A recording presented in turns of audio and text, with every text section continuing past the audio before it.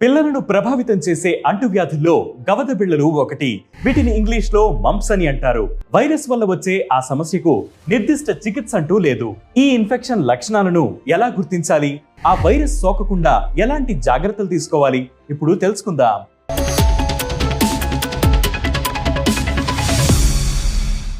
గవద బిళ్ళల సమస్య మిక్సో వైరస్ పరోటిడిస్ అనే వైరస్ వల్ల వస్తుంది. వీటినే చంపగడ్డలు అని కూడా పిలుస్తారు. సాధారణంగా 5 నుంచి 15 ఏళ్ల వయసున్న పిల్లల్లో ఈ సమస్య ఎక్కువగా ఉంటుంది. వైరస్ సోకిన 2 వారాల తర్వాత దీని లక్షణాలు కనిపిస్తాయి. చెవి ముందు, కింద, దవడ భాగం వరకు విస్తరించి ఉన్న పరోటిడ్ లాలాజల గ్రంథి వాచిపోయి నొప్పిగా అనిపిస్తుంది. దీనివల్ల జ్వరం, తలనొప్పి, చెవి నొప్పి మొదలవుతాయి. నోరు పూర్తిగా తెరవలేరు. తినడం కూడా కష్టమవుతుంది.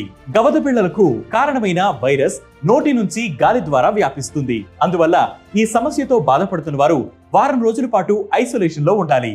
పౌష్టికాహారం తీసుకోవాలి. సమయానికి డాక్టర్ను సంప్రదించి తగిన చికిత్స తీసుకోవాలి. ఇక పిల్లలకు MMR టీకాలను ఇప్పించడం ద్వారా కొంతమేర గవద బిళ్ళను నియంత్రించవచ్చు. ఈ వ్యాక్సిన్ ను 2 డోసుల్లో ఇస్తారు. తొలి డోసును 9 నుంచి 12 నెలల మధ్యలో, రెండో డోసును 12 నుంచి 15 నెలల మధ్యలో ఇస్తారు. సో గవద బిళ్ళల సమస్య రాకుండా ఉండేందుకు మీ పిల్లలకు ఈ టీకాను ఇప్పించండి. ఇలాంటి హెల్త్ వీడియోస్ మరియు హెల్త్ టిప్స్ కోసం వెంటనే వెటు న్యూస్ యూట్యూబ్ ఛానల్ ని సబ్స్క్రైబ్ చేయండి. దాంతో పాటు వెటు న్యూస్ యాప్ ని ఫ్లిప్ చేయండి.